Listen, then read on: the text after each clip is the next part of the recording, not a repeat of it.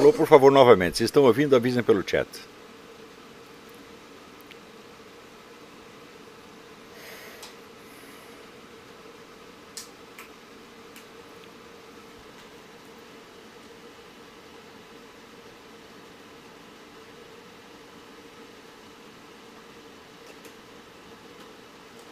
Sim, sim, sim, sim. Todo mundo ouvindo. Então vamos lá. Boa noite a todos, sejam bem-vindos. Ao longo dessas aulas eu tenho insistido que a raiz de todos os problemas do Brasil atual são resultado da destruição da alta cultura no país. Nunca será demais insistir nesse assunto, porque a esfera da alta cultura é aquele conjunto de pessoas que leram os mesmos livros, compreendem as mesmas palavras, têm um vocabulário, um domínio de vocabulário mais ou menos similar, têm acesso ao mesmo corpo de fatos e conhecem as mesmas correntes de ideias, os mesmos valores civilizacionais, os mesmos critérios do certo e errado, do verdadeiro e falso, etc, etc. E por isso mesmo podem levar uma discussão frutífera sobre qualquer assunto. Quando os debates se transferem para a esfera propriamente política, ou mais especificamente parlamentar, isso é um resumo, é um recorte da discussão mais geral que se desenrolou na esfera da alta cultura. A partir do momento em que a alta cultura desaparece, então nós podemos fazer a seguinte comparação. O Miguel Reale, ele mandou, quando era reitor da USP, mandou criar um obelisco lá, e em volta pôs uma inscrição onde dizia que a cultura era como uma esfera, né, cujos raios iam em todas as direções. Você imagina, quando não há essa referência a um centro da cultura, centro que é composto de valores civilizacionais conhecidos por todos, ainda que isso varia de civilização para civilização, isso não faz diferença, o que acontece é que as pessoas pegam ideias soltas, opiniões soltas, frases soltas, e são como assim se abrissem um livro de Platão, em qualquer página, lê uma frase, e depois lê uma frase de Nietzsche no meio de um outro livro e começa a querer tirar alguma conclusão. É exatamente assim que as pessoas raciocinam hoje em dia no Brasil. Elas não têm centro, não têm referência, não têm mapa do território. É tudo tiro no ar, é tudo chute, na verdade. Então nós podemos comparar assim, em vez de você ter aqui um centro que tem raios que vão em todas as direções, né, e que um raio se comunica com o outro através do centro, não, você pega pontos quaisquer de um dos raios e um outro ponto de um outro raio, um terceiro ponto do outro raio, e cria uma figura. E você acha que isso é realidade porque isso lhe dá a impressão de realidade. Sobretudo, esta impressão de realidade, na maior parte dos casos, advém do simples sentimento de concordância.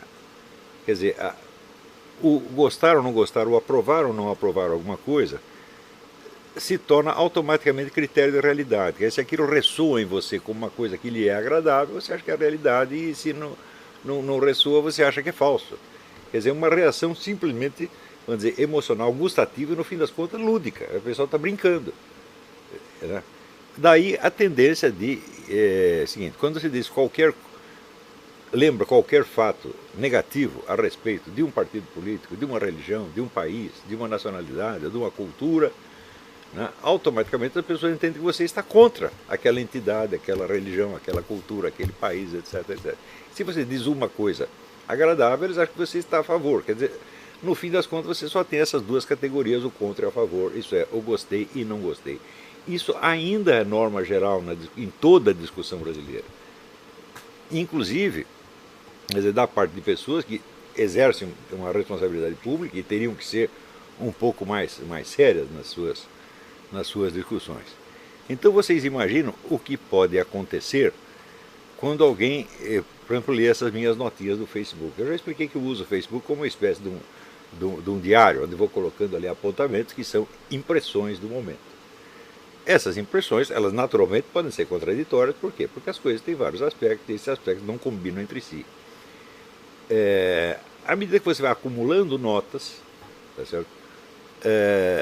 Você está seguindo mais ou menos o método aristotélico das definições. Quer dizer, você tem as várias notas, quer dizer, aquilo que você notou, tá certo? E você as articula de algum modo, de tal maneira que reflita a estrutura do objeto. Na verdade, a estrutura de qualquer objeto se compõe de feixes de contradições.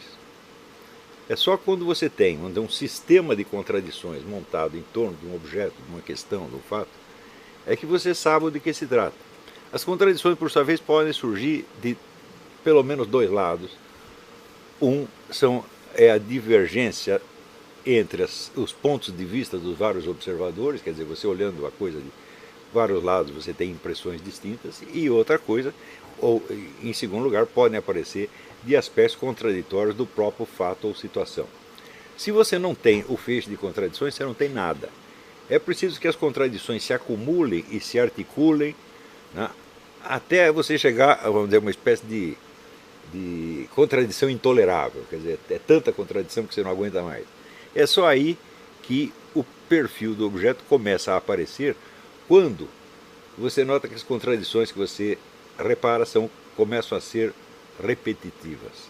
Ou seja, de certo modo, o conjunto de contradições que forma aquele objeto e que o localiza no corpo geral do ser, né, chegou ao seu esgotamento.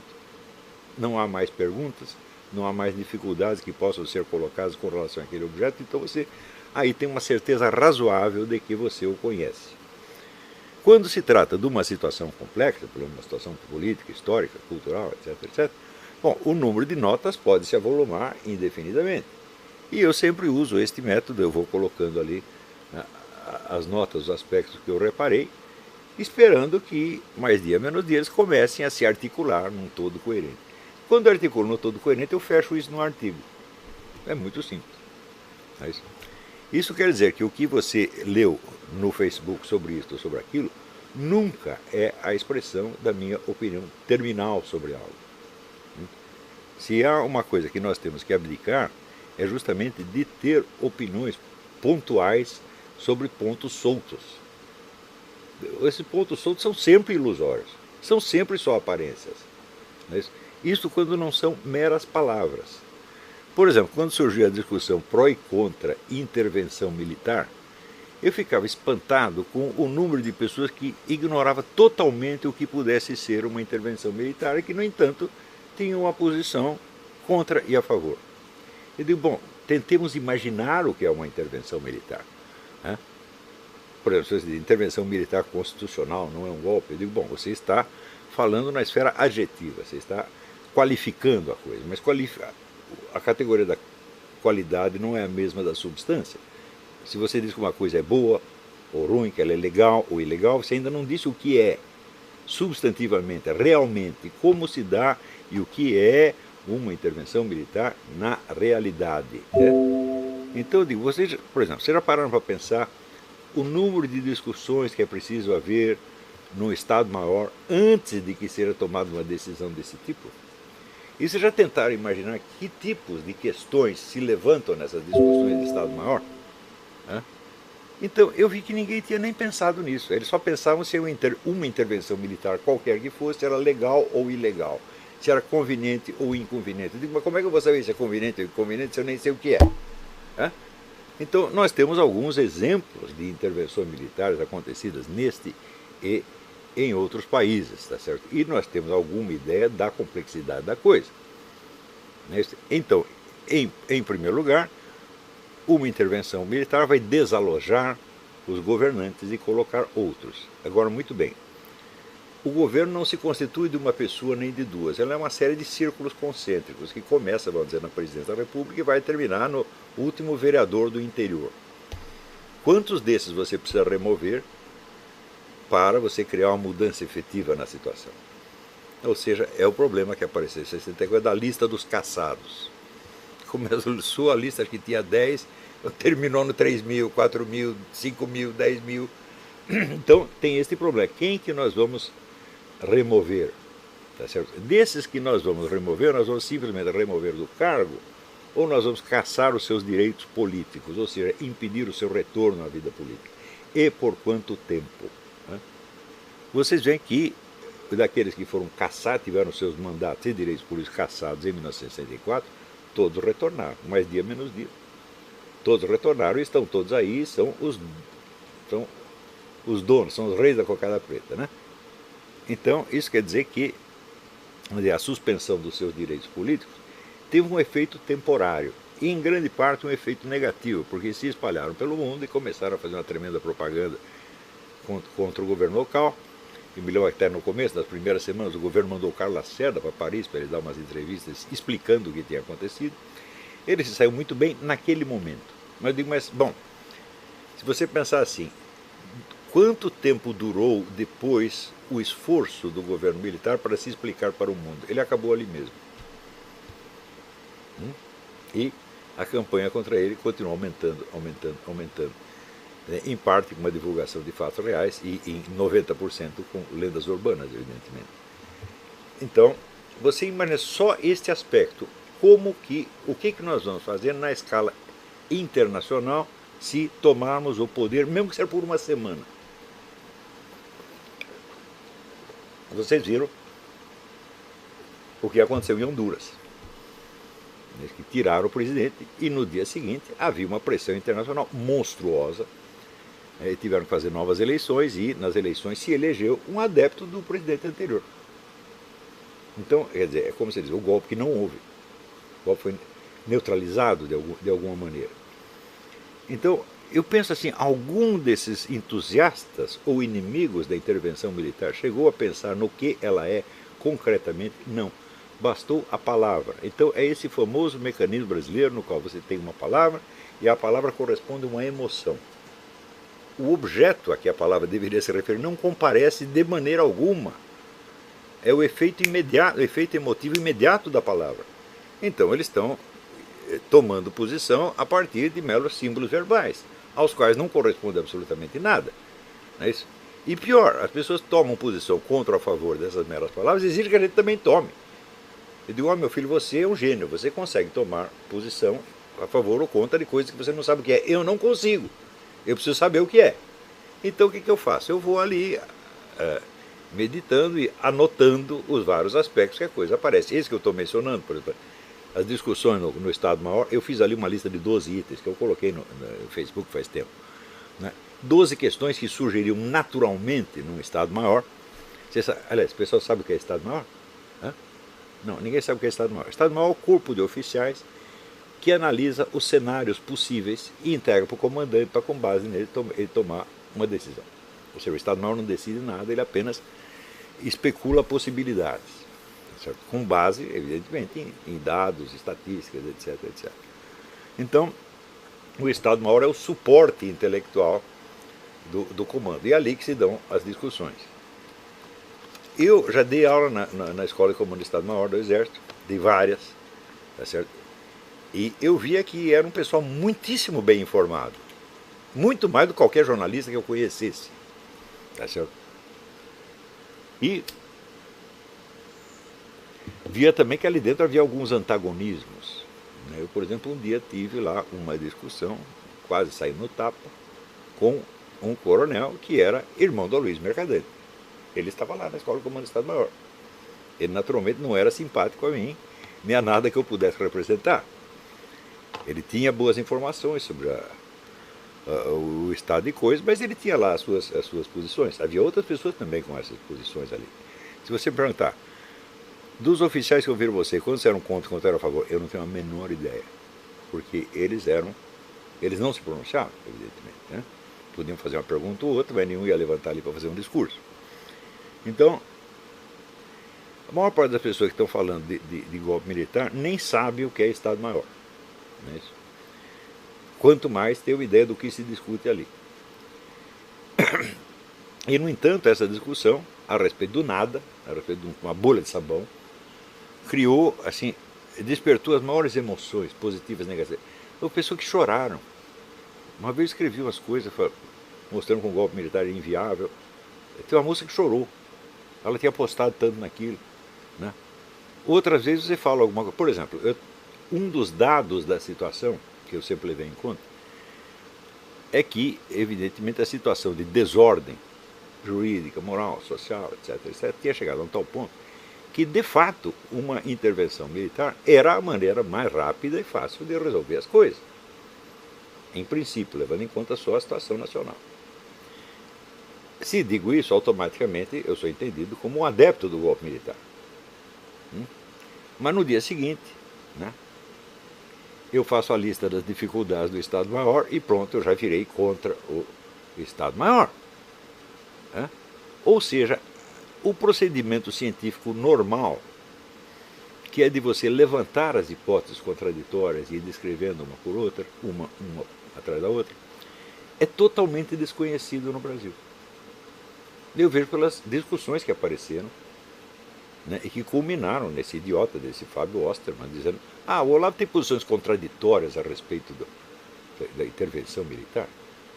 Eu digo: mas não são posições contraditórias, o idiota. Eu estou anotando os vários aspectos para eu depois poder articular o feixe de contradições se eu chegar a alguma conclusão. Que também, se eu não chegar a nenhuma, eu digo: bom, os milicos estão esperando por acaso o meu pronunciamento para dizer se eles fazem intervenção ou não? Não estão nem ligando para o que eu falei. Então, se eu não chegar a conclusão nenhuma, dane-se, não vai fazer diferença alguma. Tá certo? Mas é assim que eu procedo em todas as questões que eu estou examinando. Né? Então, se vocês pegarem a minha apostila, Problemas de Método na Ciência Humana, você vai ver que está tudo lá. Né? Então, você tem, em primeiro lugar, vamos dizer, as pessoas dos agentes, agentes individuais e grupais. Quem são eles? Quem são os personagens que estão em jogo? Segundo, você delinear o horizonte de consciência de cada um. O horizonte de consciência é assim, é o conjunto de articulado e compreensível de informações a que o sujeito tem acesso. O horizonte de consciência se delineia pelo seu limite. Ele não é positivamente, você não precisa fazer a lista do que o sujeito sabe. Você pega os pontos que obviamente ele não sabe. Bom, isso está fora do horizonte de consciência dele, isso também está fora, isso também está fora, isso também está fora. E partimos do princípio de que onde o sujeito não enxerga, ele não age. Tá certo? Então, se ele não age, aquelas ações possíveis que seriam determinadas por aquelas informações estão excluídas do cenário e simplificam um bocado a coisa. Então, em seguida você precisa avaliar o peso relativo desses elementos que estão fora do horizonte de consciência. Ou seja, o que é a ignorância realmente? Existe a nesciência, que é você não saber alguma coisa, e existe a ignorância, que é você não saber alguma coisa que você precisaria saber. Né? Então, o que é ignorância mesmo? Então, os vários fatores de ignorância são, certamente, matrizes de ações que não incidirão sobre a realidade, serão ações ilusórias. Então, você tem, em cada momento, você tem, para cada personagem, individual ou grupal, um conjunto de ações que são viáveis e um conjunto de ações que vão escapar da realidade e não vão produzir nada ou vão produzir resultados desastrosos para o próprio agente. Né? Se você não fez este diagnóstico com relação a uma ação política que você propõe ou que você deseja, então você não sabe nada a respeito. Zero. Assim, você está lutando por palavras. Se você falar, por exemplo, sei lá, nós queremos o impeachment. Né? Eu digo, bom, a palavra impeachment significa muitas coisas diferentes e, no contexto atual, concreto, ele pode ter resultados absolutamente desencontrados. Então, a primeira noção de impeachment, a primeira mais popular e mais imediata, é de que o impeachment é o primeiro passo para estourar o balão do poder petista e do poder do Foro de São Paulo. Essa é a primeira noção. Se você pegar as massas que saíram às ruas, né, em março e em setembro, essa é a ideia que eles queriam, porque todos estavam gritando fora PT, fora Foro de São Paulo e não apenas fora Dilma. Não é isso? E desses havia uns 20 ou 30% que clamavam por intervenção militar. Então, nós podemos dar por pressuposto que a opinião das massas nessas duas manifestações era contra todo o esquema comuno-petista que tomou conta do país, contra todo ele. E o impeachment seria um aspecto disso. Logo em seguida, aparece uma segunda versão do impeachment. É o impeachment como substituto do conjunto de medidas. Ou seja, não falamos em fechar a Folha de São Paulo, não falamos em fechar o PT, não falamos em botar o Lula na cadeia, nos concentramos no impeachment, vamos nos livrar da Dilma. Bom, já é uma versão diminuída, evidentemente. Tendo-se em conta que a eleição na qual a dona Dilma se elegeu foi feita pela Smartmatic, tendo só 23 pessoas tendo acesso à contagem de votos, então sendo, obviamente, uma eleição sem transparência, uma eleição 100% inválida sob qualquer aspecto que você examine, né? Então, aí você já tem um segundo divisor no sentido do impeachment. Para algumas pessoas, o impeachment é um primeiro passo para você invalidar tudo e eleger um novo governo. Para outras pessoas, o impeachment é exatamente o contrário. É uma maneira de se livrar de uma governante incômoda, inepta, tá certo? E não fazer nada mais. Então, o impeachment é para derrubar o sistema ou para consolidá-lo? Eu digo, bom, depende de quais são os agentes que estão em jogo. Não é isso? Você vê aqui.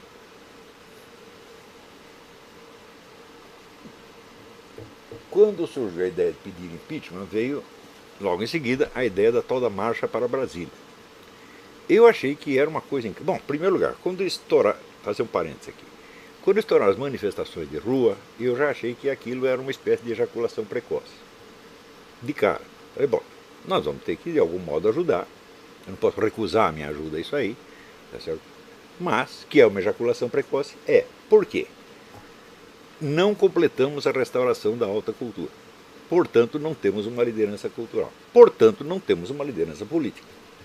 Ponto. É muito simples, né? Primeiro você cria uma elite cultural, essa elite cultural trabalha durante muito tempo e daí aos poucos, com sorte, vão surgindo verdadeiros líderes políticos. Capazes, informados, certo? Capacitados para uma ação efetiva.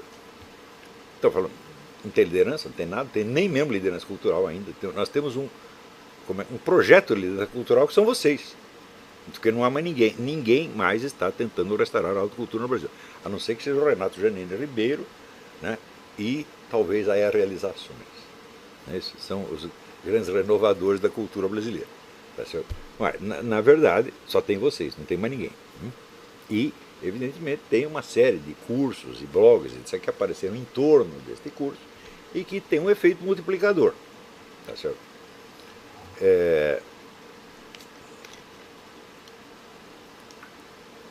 Mas é só você fazer a seguinte pergunta: quantos gênios existem em circulação no Brasil atualmente e comparar com o que tinha nos anos 50? É uma coisa horrível, é horrível você ver isso aí, horrível, né? Então, sumiu tudo realmente, né? Então, não tendo a liderança, não, pode ser um movimento caótico, mas não se pode prejulgar que um movimento caótico seja ineficaz, mesmo porque ele estava crescendo muito, e eu mesmo recomendei aos candidatos a líderes que não liderassem nada, mas que simplesmente seguissem a massa. Por quê? Se você não tinha líderes conscientes e preparados, você tinha uma massa consciente e preparada. Uma massa que estava entendendo tudo o que estava acontecendo. Isso é que eu achei o fenômeno mais extraordinário de todos os tempos. Você via qualquer Zé Mané da rua, entendia qual era a ligação, por exemplo, entre a roubalheira e o Foro de São Paulo, a roubalheira e o processo revolucionário, a roubalheira e o bolivarianismo. Todo mundo entendia isso. Estava claro para todo mundo. Embora a mídia jamais falasse dessas coisas, nem na mídia nem no parlamento se falava. É pior, ninguém nas Forças Armadas falava. Eu não vi um general sair para falar do Foro de São Paulo. No máximo falavam de corrupção, sem nem entrar em muitos detalhes. É corrupção genérica, como se fosse uma condenação geral à sociedade brasileira. É uma sociedade corrupta. Isso foi o máximo que os generais falaram, o máximo que os parlamentares falaram. Depois de levar muito chacoalhão, alguns senadores, os deputados começaram até a falar um pouquinho de Foro de São Paulo.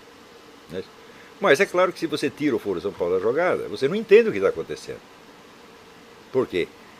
Uma roubalheira de tão larga escala não pode ser para enriquecer 2 ou 3 Zé Mané. Realmente não é possível. Tem uma coisa muito maior por trás disso. Pior ainda, existe um terceiro fator do qual ninguém fala, que é o suporte internacional mundial dado ao Foro de São Paulo e a esses governos corruptos. É ONU, é George Soros, é Rockefeller, é Obama. Né? Esse é um aspecto que nem eu mesmo analisei isso direito, né? Mas que evidentemente está presente e tem de ser levado em conta. Então, Eu achei que aquilo era uma ejaculação precoce, mas não podia apostar que ia dar errado, nem que ia dar certo. Falei, então o que a gente faz? A gente ajuda, sem ter ilusão de onde a coisa vai, sem emitir diagnósticos deprimentes para não tirar o entusiasmo dos caras, mas também sem se entusiasmar muito. É isso. Quando a gente viu aquela massa de gente na rua e viu as pesquisas que davam assim, 93% da população contra o governo, e dos 7 restantes, 6 achando que o governo é apenas regular, estão reduzindo o apoio a 1%, falei, bom, o que nós temos na mão é uma revolução. Quer dizer, a massa não aceita mais as autoridades. O nível de desrespeito às autoridades chegou assim, ao supra-sumo naquele negócio dos estádios, o pessoal xingando a Dilma. É um fenômeno inédito na história do mundo, isso nunca aconteceu. Um governante pode ser vaiado. Xingado dessa maneira nunca aconteceu. E xingado por massa popular mesmo. Então, bom, nós estamos com a Revolução Brasileira na mão, quer dizer, o povo contra o estamento burocrático, como diria o Raimundo Fauro, né? E daí aparecem as mentes iluminadas e dizem, bom, nós vamos fazer uma marcha para Brasília para pedir o impeachment. Com isso você faz o quê? Você transfere o protagonismo da situação da massa para a classe política. Classe política que a massa rejeitava e achincalhava. Não deixava um político nem subir no palanque. Você, até o Bolsonaro foi rejeitado, até o Bolsonaro. Não, você é deputado? Não, não queremos. Eles não tinham nada pessoalmente contra o Bolsonaro, mas é o fato de ser deputado. Não queremos deputado, não queremos senador, não queremos governador, não queremos PSDB, não queremos político nenhum. Então, você está passando o protagonismo do movimento justamente àqueles que o movimento rejeitou. Evidentemente já era um tiro no pé. Segundo, você não reúne 2 milhões de pessoas na rua para dizer, espera aí que eu vou até Brasília e já volto. Você não faz isso. Isso aí também é um fato inédito na história do mundo. Quer dizer, os autonomeados líderes da manifestação, que não eram líderes de coisa nenhuma, ninguém jamais tinha ouvido falar deles, apareceram no palanque pela primeira vez ali. Se você perguntar como se disseminou a palavra de ordem da manifestação, se disseminou por internet, por 1001 canais que ninguém podia controlar. Não é isso?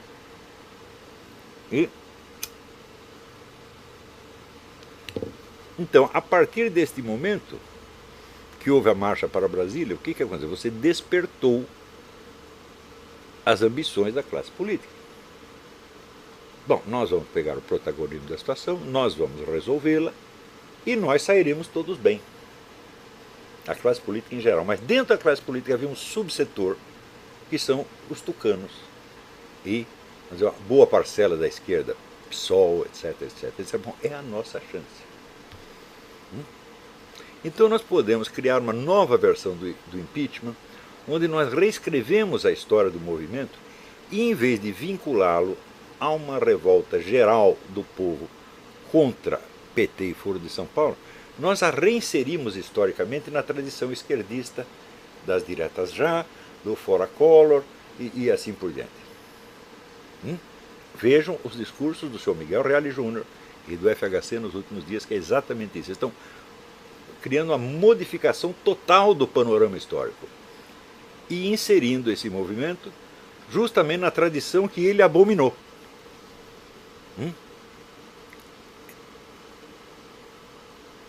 Então, se nós pegarmos os agentes que criaram essa situação, como por exemplo o Fábio Osterman e outros, não vou nem falar de Kim, né? Esqueça isso é mosquito, né? Eu no começo pedi para que não falassem mal do Kim, embora ele estivesse errado, defendi o rapaz, né? Mas assim, é caridade, eu estou fazendo apenas isso, né? E no Brasil está assim, você dá uma esmola para o sujeito, ele já acha que ele é o seu doutor. Então eu dei lá uma esmolinha para o Kim, ele começou a achar que era importante. Nós vamos esquecer o Kim. Vamos concentrar em pessoas que têm um pouco mais de autoridade, de poder, como o chefe do MBL, esse Fábio Osterman. Este homem está capacitado para fazer uma análise política? Obviamente não. Porque é só você ouvir os discursos do Miguel Reale, do Hélio Bicudo e do FHC, e você vê, vamos dizer, que você colocar o movimento numa outra retaguarda histórica que é contrária à dele, é evidentemente você usurpá-lo e colocá-lo a serviço dos inimigos. Não tem a menor dúvida disso aí. Quer dizer, como é que um sujeito não percebe isso? Como é que ele acha que, nós nos aliando ao Hélio Bicudo, nós vamos ganhar publicidade? Sim, você vai ganhar publicidade com o Hélio Bicudo. Ou você acha que amanhã ou depois, graças ao Hélio Bicudo, vai aparecer todo mundo na rua com cartaz, Fábio Osterman tem razão. Hã? Ninguém vai nem saber que é Fábio Osterman, meu Deus do céu. Hã? Então, a incapacidade de fazer uma análise simples da situação, né, e de você perceber que por cima e por trás do movimento popular houve uma manobra para inverter o seu sentido histórico. Se você não é capaz de perceber, você não é capaz de perceber nada. Mas da onde vêm essas coisas? São as pessoas que saem para estudar no exterior e voltam com os titulinhos e todo mundo acha que você sabe alguma coisa. Você chega, eu estudei na George Washington University. Bom, eu lecionei na George Washington University. Eu só entro na universidade como professor, nunca fui aluno dessas porcarias. Eu estudei na Atlas Foundation. Bom, eu dei aula na Atlas Foundation, né? Então, as pessoas vêm com essa coisa e acreditam que sabem alguma coisa, meu Deus do céu. E as pessoas tomam decisões que são absolutamente desastrosas. Desastrosas para o povo, não necessariamente desastrosas para elas e para os grupos beneficiados. Porque amanhã ou depois, provavelmente, você vai ver, né, a Dilma não vai chegar a ver o impeachment. É claro, nenhum governante suporta impeachment. 1 minuto antes de sofrer impeachment, a mulher renuncia, como fez o Collor, como fez o Nixon, como faz todo sujeito que sofre ameaça de impeachment. Mas renuncia, vai para casa e daí vai aparecer FHC, Miguel Reale Júnior, Hélio Bicudo, Zé Serra, Aécio Neves, todo mundo batendo no peito e dizendo: o povo se reuniu em torno da oposição e nós libertamos o Brasil deste pesadelo petista, etc. É isso que vai acontecer. Né? Só que todos os petistas vão continuar nos seus postos, por quê? O FHC tem compromisso sério com o Foro de São Paulo desde 1993. Isso não é brincadeira, gente. Até hoje, nenhum jornalista perguntou para ele: o que o senhor está fazendo naquela reunião de 5 de maio de 93? A reunião secreta com o pessoal do FHC que saiu no jornal Grama Cubano. Ninguém consegue nem perguntar isso para ele. E acha que pode raciocinar e entender as coisas sem esta informação. Então o que você vê? É um horizonte de consciência que é autocastrado. Então que nem o Garcia Lorca, quando o toureiro amigo dele foi chifrado lá, morreu na arena. Não, eu não quero vê-la. Eu não quero ver porque senão se eu ver eu vou ter uma crise hipertensiva, vou ter um infarto, vou passar mal, então eu não quero. Tá certo? E o pessoal faz assim. Não quer saber porque tem medo de saber. Tem muitos que escondem porque tem interesse em esconder, são os espertalhões. E tem os 99% que são aqueles carinha que tem medo de ficar com medo. Né? O meu marca-passo vai parar de funcionar, tudo assim. Esses caras já são os velhos caquetes com os 20 anos. Né? Aliás, eu fui espantado. Assim, às vezes os caras me chamam de velho gaga. Eu falo: pô, mas peraí, eu dei algum sinal de gagazice até agora? Não precisa nenhum. É que eles acham que 68 anos é uma idade de estar gaga. Eles acham mesmo, porque eles são de uma geração muito fraca, que aos 50 anos tem infarto, aos 55 está usando marca-passo e aos 60 morre. Então eles esperam que o negócio aos 68 anos ter para acabar. É normal essa expectativa neles, porque a expectativa que eles medem assim mesmos. Eles acham que quando tiver 50 anos minha vida acabou. Então é uma medida de tempo humano que reflete o quê? Uma decadência física extraordinária, baseada na falta de testosterona. A dose de testosterona na juventude hoje é 50% do que era no tempo que eu nasci. É só você ouvir as pessoas falarem, para você encontrar um homem com voz de homem no Brasil é uma raridade. Está cada vez mais raro. Isso não tem nada a ver com o sujeito ser gay ou não. Pode ser daqueles caras que só pensam em mulher 24 horas por dia, mas ele fala que nem mulher. Por quê? Porque o corpo dele não tem força para produzir uma voz de homem, meu Deus do céu. Então, são pessoas assim que eles têm uma expectativa de vida curta, com relação a eles mesmos, e a possibilidade de eles estarem ainda em ação aos 68 anos, mas nem lhe passa pela cabeça. Então, naturalmente, ver um cara com 68 ele tem que estar gaga. Mesmo que ele não esteja, ele tem que estar oficialmente vai ser gaga. É uma coisa assim, é deplorável. A gente fica até deprimido de ver essa juventude, né, medindo as coisas com esta escala diminutiva, deprimente, autocastradora no fim das contas. Não é isso? Então, eu digo, olha, 60 e 70 anos é a idade com que os filósofos produzem o que tem de melhor. Né? Todos foram assim. Mesmo em épocas em que a duração média da vida era menor.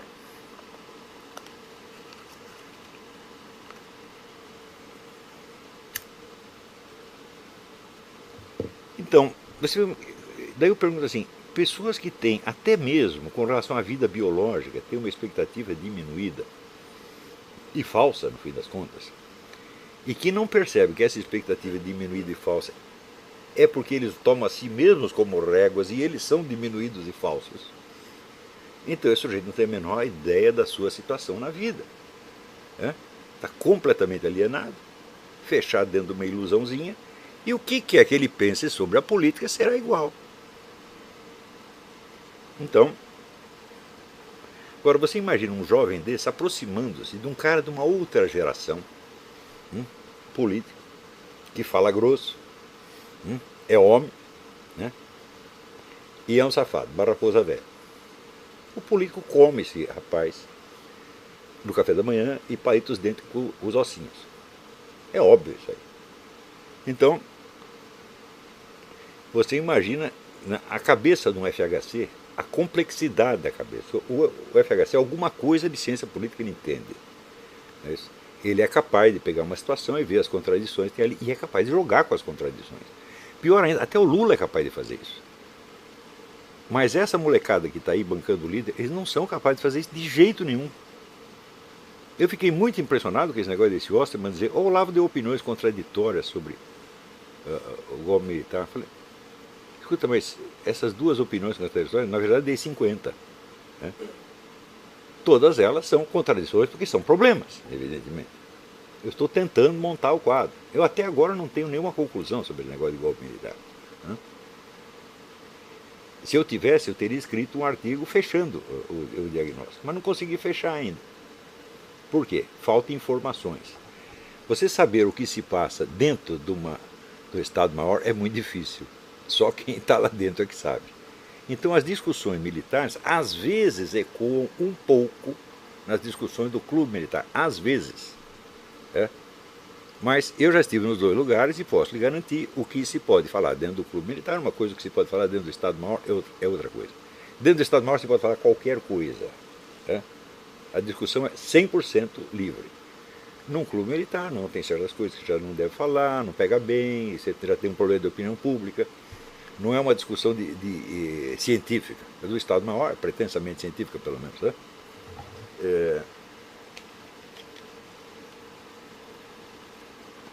Nós estamos nas mãos de pessoas que não são capazes de articular um problema, meu Deus do céu. E isso aí é regra geral. Mas eles estão lidando com outras pessoas de outra geração que essas sim sabem articular um problema e sabem o que fazer. Então eu penso, se eu fosse um tucano, o que eu faria diante dessas movimentações populares? Eu chego lá, quero subir no palanque, os caras não me deixam, cospem na minha cara e me mandam embora. Eu digo, pô, eu vou sofrer tudo isso por causa dessa Dilma? Não, de jeito nenhum, nós temos que nos livrar dela e livrar o nosso. Como fazer isso? Não podemos manipular as massas. Mas existem pessoas que foram apontadas pela mídia como líderes da manifestação ex post facto. Você vai dizer, por exemplo, que a massa saiu às ruas convocada pelo Fábio Osterman ou pelo Kim Kataguiri? Não. Elas nem sabem quem as convocou. A palavra de ordem se espalhou na internet, foi uma coisa de louco, muito rapidamente. A pessoa mais popular que havia ali era o Lobão. O Lobão gritava, vem pra rua, todo mundo ia. Então o único sujeito que poderia posar como líder se quisesse seria o Lobão. Fui eu que convoquei. Foi a minha voz que chegou neles. Os outros não, os ilustres desconhecidos. Eu também não posso ser apontado como líder, porque eu não gritei vem pra rua, só me limitei a observar e falar, se precisar de alguma coisa eu dou uma forcinha aí, de longe. E além disso, disputar a liderança dessas coisas seria um absurdo para mim, porque política é uma atividade que você deve iniciar aos 20 ou aos 30 anos, aos 40 no máximo. Não é isso? Já existiu o caso de pessoas que começaram a carreira política aos 40 anos, mas depois dos 40, ninguém. Absolutamente ninguém. Então, para mim não está na hora. Eu já estou fora disso aí faz tempo. Mas, uma coisa que me chamou a atenção é o seguinte: naquelas passeatas havia milhares de pessoas com cartaz Olavo tem razão. Então, bom, se tem alguma pessoa que funcionou como símbolo, não como líder, mas como símbolo da manifestação, fui eu. Não é isso? Não tinha mais ninguém. Não tinha ninguém nem com o cartaz do Lobão. Muito bem com o cartaz de Fábio Osterman, nem Kim. Só tinha uma figura, que era eu. Deu muito bem. Daí você vê, a mídia vai entrevistar quem? Este? Não. Pega um cara chamado Kim, o outro, pessoas insignificantes, e faz deles os líderes. Foi a mídia que fez isso. A população não os conhecia, se tornaram conhecidos depois do movimento, graças à mídia. Foi um efeito circular. Não é isso? Então, prepara esses meninos para que eles sejam comidos pela elite tucana. E eles foram comidos. Então, aí, você vê o Paulo Giraldelli dizia o seguinte: esse negócio de pedofilia não tem problema nenhum, porque são os meninos que querem dar para os adultos. Agora, essa teoria é falsa, mas na política ela é real. São os menininhos que vão tudo lá em Brasília oferecer as bundinhas para os políticos. É ou não é? Estou mentindo? Então, para poder ser comido por pessoas ilustres, como Hélio Bicudo, Miguel Reale Júnior, Fernando Henrique Cardoso, Zé Serra, Aécio Neves, entendeu? Então, é uma coisa tão obviamente impotente, fraca, autodestrutiva, tá certo? E moralmente condenável, que nem precisa continuar analisando, está na cara. Agora, por que isso acontece? Acontece porque as manifestações de março e setembro foram ejaculações precoces. Você, obviamente, não tem líderes preparados. Não tem ninguém. Se aparecer algum líder verdadeiro ali no meio, a mídia não ia falar dele de jeito nenhum. Você veja, você lê, examina os jornais, a mídia dos anos 1915, 16, 17, você não vai ver o nome de Lenin. Nunca aparecia. Apareceu depois do fato consumado. E, no entanto, era ele que estava por trás de tudo. Tanto sabiam. O próprio governo alemão sabia que era ele que estava por trás. Por que o governo alemão não foi contratar Trotsky ou qualquer? Foi contratar o cara certo, porque sabia quem é que estava mandando. Não. Agora, você acha que o governo alemão, alguém era ele idiota de se guiar por informações da mídia? Não, o governo tem seu próprio serviço secreto, ele tem suas próprias informações. E ele sabe quem está mandando. Então, quer dizer, se houvesse um líder verdadeiro ali, ele estaria desaparecido da mídia. Como esses meninos tudo apareceram na mídia, falaram, não, a mídia os fez, ex post facto, para poder ter os instrumentos de manipulação necessários, já que não pode manipular a massa. Você não tem acesso à massa. Você acha que se o Zé Serra convocar uma passeata amanhã, quantas pessoas vai ter? Vai ter menos do que na passeata do MST. E todo mundo que vai lá vai jogar tomate nele. O Aécio Neves, bom, ele quase chegou a ser um herói nacional, mas ele preferiu ser mais um puxa-saco oficial. Tá certo? Então, ele está queimado completamente. Todos esses estão queimados. Então, não temos acesso à massa, mas podemos pegar este líder, chamar para uma conversação, oferecer algumas vantagens, e dar para eles a ilusão de que, com uma certa facilidade, nós tiramos a Dilma daí e daí está tudo resolvido. E foi exatamente isso que aconteceu. Qual é o problema aí? O problema é a falta da elite cultural. Não surgirá uma elite política capaz sem uma elite cultural antes. Isto é impossível. Ainda que a situação se precipite, como de fato se precipitou, por efeito do cansaço popular. O povo cansou disso aí. Então você tem, de fato, uma explosão espontânea. Que se tivesse um líder para aproveitá-la, viraria uma revolução. Como os líderes são esses que tem aí, o que era uma revolução, o que parecia, o que tinha todos os meios para ser uma revolução, virou um conchavo de gabinete com o seu Miguel Reale, seu Bicudo, etc., para salvar o quê? salvar a tradição histórica dos movimentos de esquerda. Nós que lutamos pelas diretas já, nós que lutamos. É? Sim, nós lutamos, como diz o Miguel Real, nós lutamos contra os fuzis da ditadura, depois nós lutamos contra o Collor, lutamos pelas diretas já, e agora estamos aqui novamente fazendo a mesma coisa. Você acha possível? Pega aquele povo que se reuniu na rua. Então vocês estão aqui, de fato, na tradição das diretas já, na tradição da luta, na tradição de todos os seus inimigos, na tradição dos ladrões, na tradição do Foro de São Paulo. É isso que você está aqui para aplaudir? Fala, claro que não. No entanto, veja a facilidade com que foi virado. Porque tudo isso não é testado perante a opinião pública. É tudo uma conversa de gabinete. E essas pessoas que fizeram isso, eu já disse, eu espero, eu rezo para que eles tenham feito isso por malícia. Porque se fizeram com boa intenção, então são mais idiotas do que eu mesmo poderia imaginar. Então, Fábio Osterman, espero que ele seja um cara maquiavélico, maligno, que quis ferrar com tudo e vender tudo para os tucanos. Se ele fez isso, bom, então fez bem feito. Agora, se ele acredita, que fez de boa intenção, acha que isso vai libertar o Brasil do PT do Foro de São Paulo, então sinto muito. Então acabou a conversa, porque não dá para conversar com um frango assado, tá entendendo? Realmente não é possível. Né? Então, gente, eu digo isto para ressalvar pela milésima vez a responsabilidade que vocês têm. Né? Este país só começará a tomar jeito, só haverá uma liderança política séria, se amanhã ou depois vocês superlotarem as livrarias do Brasil com livros bons, da sua autoria. Você dar um curso, fazer um blog, não adianta. Vocês têm que começar a produzir. E produzir coisa muito séria e coisa muito boa. Isso é urgente, urgente. Agora, quando eu digo que a coisa urgente é um negócio de longo prazo, então significa que a situação está muito ruim. Nem só precisa arrumar um tratamento já, mas o tratamento vai levar 3 anos para chegar. Então, essa é a situação. Então, enquanto isso, vai ter que fazer uma coisa importantíssima que se chama sobreviver. Aí você tem que ser como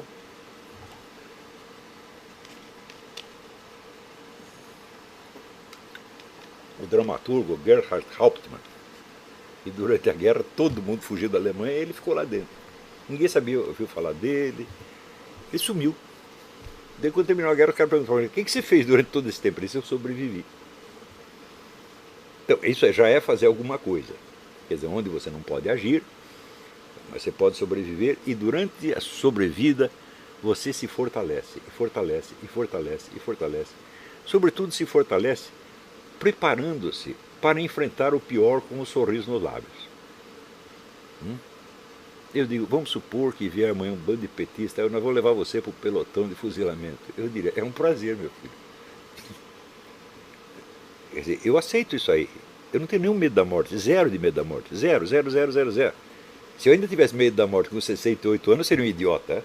Você pode ter medo da morte aos 12 anos, 13 anos, né? Quando você tem uma vida inteira para viver. Eu tenho uma vida inteira para morrer. Não é isso? Então, você tem que estar preparado para isso. É o negócio dos Founding Fathers. Você tem que sacrificar sua vida, seus bens, sua liberdade e sua honra. Ah, a honra não. Os caras vão me xingar, pô. Vão rir da minha cara. Tá bom, mas vocês não riem da minha. E qual é o problema? Eu também rio da deles. Isso não dói. Às vezes eu fico consternado por ver assim, a burrice e a baixeza dessas pessoas. Mas que isso realmente me ofende, me magoa, eu falo, não. Me magoa se a Roxane falar essas coisas de mim, se o Pedro falar essas coisas de mim, daí sim. Mas esses caras, pelo amor de Deus, pô. O que eu vou esperar deles? Isso não tem nada a ver com a ideologia política. A burrice e a ignorância não é monopólio da esquerda. É monopólio de qualquer pessoa que presume além das suas forças. Não é isso? Então, bom, se você ver, eu durante 20 anos eu fiz análise da situação política brasileira e invariavelmente fiz as previsões acertadas. Invariavelmente. Às vezes não dá certo exatamente no prazo, não é isso? Por exemplo, numa das eleições eu disse que o PT criaria um sistema de controle total da opinião pública. Daí passou 2 semanas, ele não criou, alguém falou, tá vendo, estava errado. Eu falei, espera um pouquinho que você vai ver. Né? Saber o prazo exato, falei, bom, aí só Deus sabe. Né? Aliás, eu queria fazer um parênteses sobre isso aí. Aqui nos Estados Unidos a gente lê muitas análises apocalípticas. Você pega os negócios da Bíblia e vê o que está acontecendo agora. Então, olha, regra geral, infalível, né? Princípio de interpretação bíblica. Qualquer semelhança que você veja entre fatos da Bíblia e fatos do mundo corrente é somente analógica, sempre. Analogia é uma mistura de semelhanças diferentes. Então, isso quer dizer o seguinte, a analogia existe para despertar a nossa inteligência, para fazer a gente ter mais imaginação e para despertar novas intuições. É para isso que ela existe. Ela nunca é prova de nada. Uma analogia não pode ser prova, meu Deus do céu. Porque a analogia prova uma coisa e prova a contrária. Não é isso? E aqui a mania de previsões apocalípticas chega a tal ponto que os caras já sabem em que capítulo do Apocalipse nós estamos. Mas para você saber em que capítulo, você precisa saber onde a história vai terminar. E onde a história vai terminar? Jesus Cristo disse que não sabia, meu Deus do céu. Ele disse isso aí só Deus Pai. Eu sempre interpretei assim, como Jesus Cristo é o Logos divino, a inteligência divina, e Deus Pai é o poder divino, a onipotência divina, o fim do mundo não será uma decisão lógica baseada no Logos. Será um ato livre de Deus Pai Todo-Poderoso. Então é, por excelência, imprevisível. Você vai acabar quando Ele quiser. Ele não tem satisfação a prestar nem a Ele mesmo. Então, se é um ato livre e imprevisível, então nós temos, primeiro ponto, esta é a regra do Eric Voegelin, não pode haver uma teoria geral da história, porque nós não sabemos quando a história vai terminar. Então não existem leis gerais. Se nós sabemos quando vai terminar, então tudo está em aberto. Então você pode raciocinar dentro de escalas temporais limitadas, tá certo? Sabendo que depois dessa escala vem outra, e vem outra, e vem outra, e vem outra, e vem outra. Não é isso? Então, isto é a premissa para que qualquer estudo sobre o movimento histórico, seja do mundo em geral, seja de um país em particular, seja um estudo de tipo científico, portanto experimental, portanto sempre tentativo. Eu sei que no Brasil as pessoas não entendem ciência assim, elas entendem que ciência é um corpo de dogmas, estabelecido de uma maneira, de uma vez por todas. E se você botou em dúvida uma coisa, você é um herege. É assim que se faz ciência no Brasil. Então, por exemplo, outro dia eu falei, olha, pode ser que o petróleo não seja um combustível fóssil, isso é apenas uma teoria, existem outras teorias. Como o pessoal no Brasil não acompanha a discussão científica internacional, não fica sabendo disso. Então, aparece o idiota, ouve, olha, ele está dizendo que o petróleo não é combustível fóssil, Deu caipira que ri daquilo que ele não sabe, meu Deus do céu. Teoria da evolução. Vocês já pararam para pensar o volume de livros que se publicam a favor e contra a teoria da evolução? Isso é inabarcável. Isso quer dizer que não está no poder humano chegar a uma conclusão sobre isso. Agora não está mesmo. Porque você leu, eu li 400 livros. Bom, daí o cara publicou o quadricentésimo primeiro e tem uma prova que você não conhecia. Mudou tudo. Então, ciência é isso, meu Deus do céu. Ou não é? Ou ciência agora é um corpo de dogmas que está fixado de uma vez para sempre. É claro que não. Tudo que é científico pode continuar sendo discutido eternamente. Você pode, no máximo, dizer que existe mais probabilidade de que esta teoria terá certo do que a outra. Mas olha, eu confesso que eu nem isso sei. Tudo que eu li a favor da teoria da evolução, eu dizia assim, parece que está certo. Daí eu li a contra, parece que está certo. E olha, eu não sou nenhuma besta quadrada, Então eu digo, bom, se eu estou no estado de inconclusividade, não há vergonha nenhuma você também estar no inconclusivo. O petróleo é um combustível fóssil, eu falo, olha, até onde eu li, pode ser que seja, pode ser que não seja. Portanto, nenhuma dessas duas teorias é risível em si mesma, porque a risada não é um argumento científico.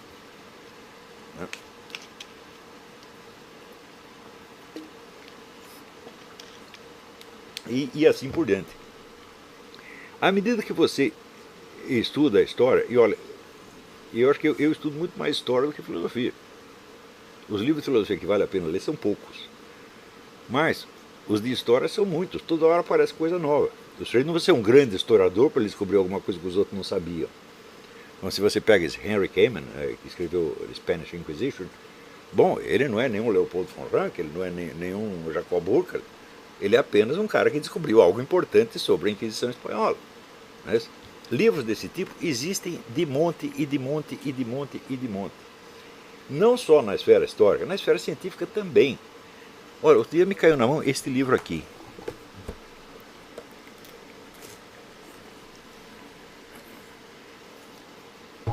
A Teoria Lunar Esquecida de Newton. Então, o cara descobriu todo um aspecto das investigações de Newton que ninguém conhecia, nunca ninguém tinha ouvido falar. E, no entanto, estava tudo lá nos escritos de Newton. Ele fez tudo sobre o ano lunar. Coisas como essa aparecem a toda hora. Sem contar aquelas que não apareceram agora, mas que você só ficou sabendo agora. Eu sempre soube, por exemplo, que tinha havido uma vasta campanha de difamação anticatólica e, sobretudo, anti-inquisição desde o tempo da Reforma. Sempre soube disso. Mas esses últimos dias, por causa de uma discussão que surgiu no Facebook, eu falei, vou ler mais coisas sobre isso, vamos nos informar. Daí eu caí de costas e descobri que a campanha tinha sido imensamente maior do que eu imaginava. Maior e mais contínua. E toda ela feita de lendas urbanas. E eu acho que não tem uma pessoa no universo, pelo menos no mundo ocidental, que não tenha visto no cinema máquinas de tortura usadas pela Inquisição. Todos os historiadores que entraram no assunto dizem que essas máquinas nunca existiram. Mas só os historiadores dizem. O cinema continua mostrando as máquinas. O pastor protestante da esquina continua falando das máquinas. Eu digo, bom, isto aí é um fator histórico tão relevante, mas tão relevante, que praticamente esse anticatolicismo ele foi a espinha dorsal da cultura americana no século XIX. Era o único ponto que havia em comum entre todas as igrejas protestantes. Elas não concordavam em nada, só tinha esse ponto. Então, este era o centro unificador. E era uma força política tão extraordinária que chegou a haver processos, já no começo do século XX, para fechar a Igreja Católica nos Estados Unidos, porque ela apresentava um risco iminente para o regime democrático. Que risco? É um risco inexistente, mas, tal como aparecia na lenda urbana, não é isso? O Papa não fazia outra coisa senão conspirar contra a democracia americana, contra a qual ele não fez nada, zero, zero, zero, zero, zero. Pior, por exemplo, tem este livro aqui. Isso foi o que mais me espantou. Anticatolicismo na ficção americana do século XIX. A literatura de ficção americana foi inundada por esses mitos da Inquisição, o mito de que a Igreja Católica foi fundada por Constantino e assim por diante, coisas desse tipo. Isso penetrou tão fundo, mas tão fundo, que chegou a afetar grandes escritores ingleses e americanos, grandes. Henry James caiu nessa. Anthony Trollope caiu nessa. William Dean Howells, que é um dos maiores escritores americanos de todos os tempos, caiu nessa. E, na Inglaterra, Benjamin Disraeli. Benjamin Disraeli era um judeu simpático à Igreja Católica, escreveu muita coisa a favor da Igreja Católica. Daí ele tem uma discussão com o cardeal Manning a respeito da Irlanda, o cardeal era a favor da independência da Irlanda, ele virou 180 graus e escreveu um dos romances mais anticatólicos de todos os tempos, que fez um sucesso mundial. Você imagina o cara que foi o primeiro-ministro da Inglaterra, escreve um romance, todo mundo vai ler, mesmo que o romance não seja bom. Era bom, na verdade, Disraeli é um excelente escritor. Então, você imagina o prestígio que essa coisa adquiriu. Olha, está aí o Disraeli, Henry James, Anthony Trollope, os maiores. Quando você vai ver, toda esta coisa era baseada num único livro de um historiador que desconhecia a língua latina, nunca leu nada dos primeiros padres da igreja, nada, nada, que por sua vez só se baseava em literatura protestante. Você veja a força da lenda urbana, que começa em 1500 e pouco e prossegue até agora. Então eu digo, nunca houve uma campanha de difamação deste tamanho. A contribuição dos iluministas a isso foi pouca, porque na verdade, por exemplo, os mitos que os iluministas criaram não chegaram aos Estados Unidos, ficou só na França. Os mitos criados pelo adotados pelo anticatolicismo americano são todos de raiz protestante. Os comunistas depois não inventaram uma campanha desse tamanho contra a Igreja Católica. Nunca. Então esta foi a maior campanha de difamação de todos os tempos, modelo de todas que se seguiram. Isso quer dizer que o protestantismo é falso? Claro que não. Só quer dizer que os líderes protestantes não prestam. O que não impede que eles tenham razão nesse ponto, naquele. Então, isso não é uma discussão teológica, evidentemente. Eu não estou discutindo as suas teorias, eu estou discutindo a sua conduta política. Então, coisas desse tipo, evidentemente, não precisa nem dizer que isso é interpretado automaticamente como uma guerra antiprotestante. Quer dizer, os caras movem uma guerra publicitária de 4 séculos, e daí, pelo simples fato que eu digo que isso aconteceu, sou eu que estou movendo a guerra. Bom, aí a inversão já vira delírio completo.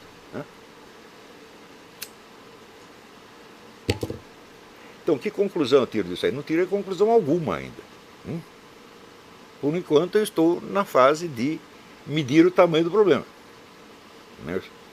Mas, você vê, para muitas pessoas, por exemplo, vamos supor, você é católico, você acredita na Santa Madre Igreja, na doutrina, etc, etc, etc. Você já parou para pensar, e se tudo isso for falso? E se a Igreja Católica estivesse 100% enganada? Se você nunca pensou nessa hipótese, você não pode ter certeza de que a Igreja está certa. Se não há confrontação com a dúvida, a sua fé não vale absolutamente nada. Tá certo? Você, de fato, se você é apenas uma criancinha e a sua alminha precisa ser cuidada para você não ter a tentação, então nós vamos preservar você de todas as objeções. Assim como você mantém o garoto na ilusão de que existe Papai Noel, tá certo? Então os ensinamentos da igreja vêm junto com isso. Eu lembro na minha cabeça tudo isso, quando eu tinha 6, 7 anos, tudo isso na minha cabeça estava sintetizado, era uma coisa só: Papai Noel, Jesus Cristo, a Igreja Católica. Mas se você já é uma pessoa adulta, então quanto vale a sua fé? Mas quando você vai ver a história dos santos, a história da origem da igreja, veja, toda a doutrina católica durante 10 séculos foi feita no confronto com objeções. Ninguém chegou aqui, vamos formular a doutrina católica. Não, essa ideia apareceu só no tempo dos escolásticos, na verdade, século XII. Antes, era só resposta às objeções, a resposta às dúvidas. Então, isso quer dizer que toda a literatura patrística e boa parte da escolástica é discussão com ateus, com inimigos da fé, com gente ligada à religião antiga. Eles não tinham medo de nada disso. Agora, mas o Santo Ambrósio, eu não vou me meter com esses heréticos, senão eles vão botar dúvida na minha cabeça, eu vou ficar atrapalhado. Que nada, ele ia lá, lia tudo isso, não, vamos examinar seriamente qual é o problema. Pode ser que o nego herético, o ateu, que ele seja um sujeito sincero, e pode ser até que ele me revele algum lado da coisa que eu nunca tinha percebido. Outro dia eu botei esse conselho no Facebook. Quer dizer, depois de você adquirir os rudimentos do método filosófico, essa coisa toda, e ter alguma cultura filosófica, aí você vai se abrir a tudo, sem medo de coisa nenhuma. Você vai ficar numa confusão? Sim, você vai ficar numa confusão durante algum tempo, mas é desta confusão que vão, aos poucos, aparecendo os delineamentos de algumas certezas fundamentais, que não vão cair mais, essas não vão cair mais. Algumas dessas certezas é o que eu chamo patamares da filosofia, como, por exemplo, o negócio do Aperon. Quando Anaximandro diz, nós vivemos num mundo conhecido que boia dentro do desconhecido. Acabou. Alguém é capaz de refutar isso? Alguém viveu em algum outro mundo que não é esse? Nunca ninguém. Então, bom, isso aí é certeza final. Acabou. Não é isso?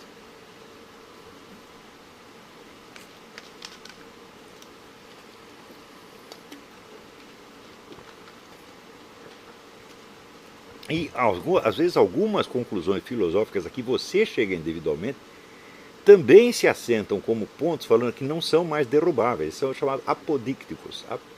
Apo quer dizer não e deixis quer dizer destruir. Então é indestrutível. Eu acho pessoalmente que um desses pontos é o que eu chamo de intuicionismo radical. O que é intuição? É percepção de uma presença. Né? Percepção imediata. Que é imediata? Que não tem intermediário. Né? Você dizer que as suas percepções sensíveis, percepções visuais, têm um intermediário que é o seu olho, como diria Kant, é não dizer nada. Ah, eu vejo através do meu olho. Né? Não, eu não vejo através do meu olho. É ele mesmo que está vendo. Né? Então, o olho é parte de mim, assim como a mão é parte de mim. Né? Então, a intuição é a percepção imediata de algo que está presente. Né? Pode estar presente fisicamente, como essa mesa está presente, né? Como essas pessoas aqui estão presentes. Pode ser algo que está presente na sua mente, sob a forma de um estado de ânimo. Por exemplo, você percebe que você está triste. Tem que ter algum intermediário, alguém tem que vir te informar que você está triste? Você precisa fazer um raciocínio para perceber que está triste? Não. Então, a percepção do sentimento, da emoção, é imediata também. E pode ser a percepção do seu próprio pensamento. O famoso penso logo existo, do Descartes é isso. É uma intuição imediata que você tem do seu próprio pensamento. Não precisa um terceiro pensamento para mediá-lo. Claro, quando você expressa em palavras, aí você criou uma mediação. Mas essa certeza que você tem de que você existe enquanto você está pensando, bom, é uma certeza imediata, sem sombra de dúvida. Né? Conclusões que ele tira daí podem ser duvidosas, mas que isso é uma intuição certíssima, é. E pode ser a intuição de uma relação entre pensamentos que você pensou. Quando você faz um silogismo e você percebe a identidade entre a premissa e a consequência, como é que você percebe isso? É através de um outro pensamento? Não, essa percepção é imediata. Então, resultado, todo e qualquer conhecimento é intuitivo ou não é conhecimento de maneira alguma, é apenas a criação do esquema de pensamento. Esquema de pensamento que ele, em primeiro lugar, ele precisa ser intuído ele mesmo. Em segundo lugar, precisa ver se ele serve como grade ou como lente para, através dele, você perceber alguma coisa. Porque também tem isso, o nosso pensamento é necessariamente dialético. Não sei se vocês já perceberam. Você já consegue crer numa coisa sem você imaginar a coisa contrária? Ninguém consegue. Né? Se você nem imagina a coisa contrária, em que sentido faz crer? Quando você diz Deus é bom, não lhe passa pela cabeça a hipótese de que Deus é mau? Então você não sabe o que é ser bom, meu Deus do céu. Então você, num momento, você faz, vamos dizer, a hipótese gnóstica, o Deus maligno, né? o gênio mau que falava Descartes. Isso tem que passar pela sua cabeça para você poder dizer Deus é bom. Não é isso? Então a mente humana, quando pensa uma ideia, ela sempre pensa a contrária. A contrária pode anular a primeira ideia ou pode ser anulada por ela. Mas tem que passar por este negócio dialético. Ora, a intuição não é jamais dialética. Para ela só existe o sim. Não existe a intuição do ausente. Né? Você pode ter a intuição da sua percepção de uma ausência, mas não é da própria ausência. Por exemplo, a Roxana está sentada aqui e de repente eu olho na cadeira, ela não está ali. Né? Eu intuo o quê? A minha percepção de ausência. Eu não estou intuindo a ausência dela. Né? Então, a percepção de ausência é um pensamento, na verdade, não uma intuição. Então, a intuição é sempre intuição de presença. Portanto, todo conhecimento positivo é sempre intuitivo. Eu acho que, dito isto, eu posso dizer ponto final. Não tem como voltar atrás. Isso é a conclusão que eu cheguei. Não li ninguém. Né? E isso quer dizer que até uma besta quadrada como eu pode chegar a alguma conclusão final. Eu digo, bom, muito bem, cheguei a esta conclusão final. Que conclusões eu tiro daí para o restante do universo do conhecimento? Por enquanto, nenhuma. Não é isso?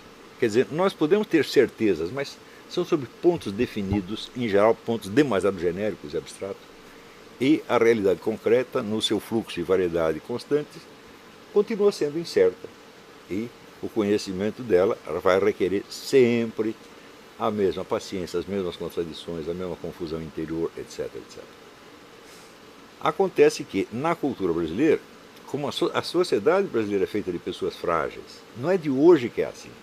Né? Você no Brasil você não tem a tradição do self-made man, que nos Estados Unidos está acabando também. Leia o livro do David Riesman, A Multidão Solitária, e vai dizer, você vai ver que o self-made man é coisa de uma outra época. Durou até os anos 50, daí acabou. virou o organization man, o homem que precisa estar dentro do emprego, com regulamentos, etc. Ele é apoiado em todo um aparato. Então é o contrário do self-made man, né? É o homem feito pelos outros, o homem feito pelo cargo. Mas no Brasil o self-made man nunca existiu. Quando existia um, era assim, um tipo como os bandeirantes, por exemplo, os coronéis do sertão. Era um cara fortão e mal pra caramba, que dominava todo mundo e todo mundo se encolhia perto dele. Então, o povo não era constituído de self-made men. A população brasileira no século XIX era metade constituída de escravos.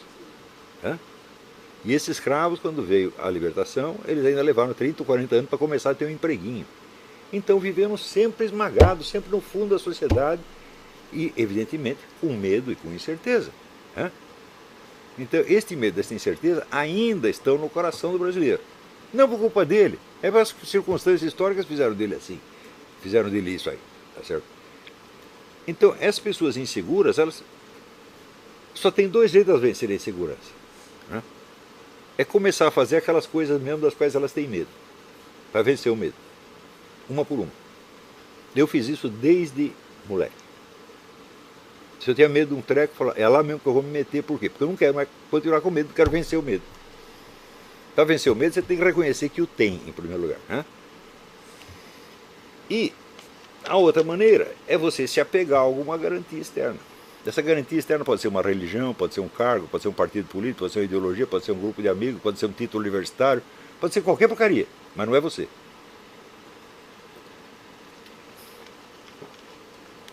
E justamente por causa disso, as crenças a que o sujeito adere no começo da vida são muletas psicológicas.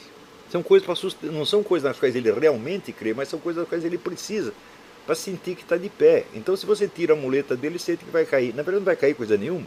Ele vai ficar de pé como antes, mas ele não vai perceber. É o medo de cair. Então, isso quer dizer que as pessoas se apegam desesperadamente a coisas nas quais, no fundo, elas não acreditam de jeito nenhum, das quais apenas elas precisam para manter a sua segurança psicológica. Por isso que toda discussão fica muito difícil. E isto vai continuar assim enquanto você não tiver uma verdadeira discussão de elite intelectual para dar exemplo para as outras pessoas. Exemplo de uma multidão de pessoas que não tem medo dos fatos contraditórios, não tem medo da dificuldade, tá certo? Não tem medo de ter as suas queridas ideias desmentidas, tá certo? E que já as teve desmentidas muitas vezes e vai ainda ter outras. E não tem importância, vamos continuar. Tá certo? Então é este exemplo que vocês vão ter que dar. Agora, outra característica do brasileiro é assim. Ele sendo sujeito fraco, ele se considera um Zé Ninguém.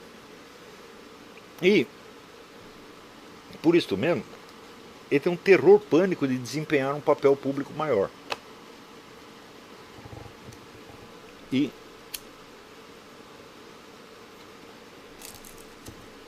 quando tenta desempenhar é através, vamos dizer, de um cargo, de uma posição oficial na sociedade, aqui lhe dá sustentação. Ora, a intelectualidade é feita de indivíduos isolados que, sem nenhuma base em partido, em igreja, em panelinha, vai, mostra as caras e diz o que está vendo. As famosas impressões autênticas de que falava o Saul Bellow. O primeiro intelectual, no sentido moderno, foi Dante Alighieri. Quem era Dante Alighieri? Era um Zé Mané qualquer, só que era um gênio da língua italiana. E escreveu um longo poema no qual ele botava no inferno meia dúzia de papas, não sei quantos príncipes, esculhambava com todo mundo, ele sozinho. E exerceu mais influência do que todos esses. Então esta força, né, isso que se chama majestas veritatis, né, é a majestade da verdade. O que você está falando é simplesmente verdade, não interessa quem é ele. Né, e ele se impõe pela majestas veritatis. É isto que você vê quando você lê os grandes clássicos da literatura. O pessoal, quando lê Tolstói, eu não sei quem foi que falou, mas lê Tolstói e dizia, é como se a própria vida falasse. Então não é a autoridade do Tolstói, é a autoridade da vida, da verdade mesmo, que transparece. Mesmo que Tolstói tivesse 1000 ideias erradas, não tem importância, quando ele contava as coisas, era como se a própria vida falasse. E o que nós fazemos tem que ser assim, tem que ter autoridade da verdade que passa através de nós. Ela pode passar de uma maneira imperfeita, não tem importância. Mas enquanto não for restaurada esta majestade da verdade no Brasil, também não haverá majestade da moralidade, da honestidade, da santidade, nem coisa nenhuma. A falta de grandeza moral no Brasil de hoje é uma coisa assustadora. Assustadora. Você só vê mesquinharia, só vê baixaria, só vê picuinha. De um país de 200 milhões de habitantes, meu Deus do céu! O que é isto, porra? E quando aparece, vamos dizer, o próprio povo, porque você vê a imagem da nação através das classes falantes. Então, eu não estou querendo dizer que na massa popular não existem santos e heróis. Claro que existe, só que você não os conhece. Você só vê o que? As classes falantes. E nessa aí você só vê mesquinharia, mentira, fingimento, teatrinho. Há um ponto que às vezes eu penso em desistir da nacionalidade brasileira. Eu falo, não, eu não quero ser isso. Então, não desisti ainda, né? Mas que dá vontade, dá. E acho que muita gente sente isso. E você não quer aparecer perante o mundo com este carimbo em você. Você é daquela nação de ladrõezinhos, mentirosinhos, né? Fingidos. O que é isto? Cadê os seus heróis? Cadê os seus santos? Né? Cadê os seus gênios? Não tem. Né? Então, isso tudo acabou por quê? Só a alta cultura que gera isso. Então, entender a sua missão. Vou fazer um intervalo, daqui a pouco nós voltemos.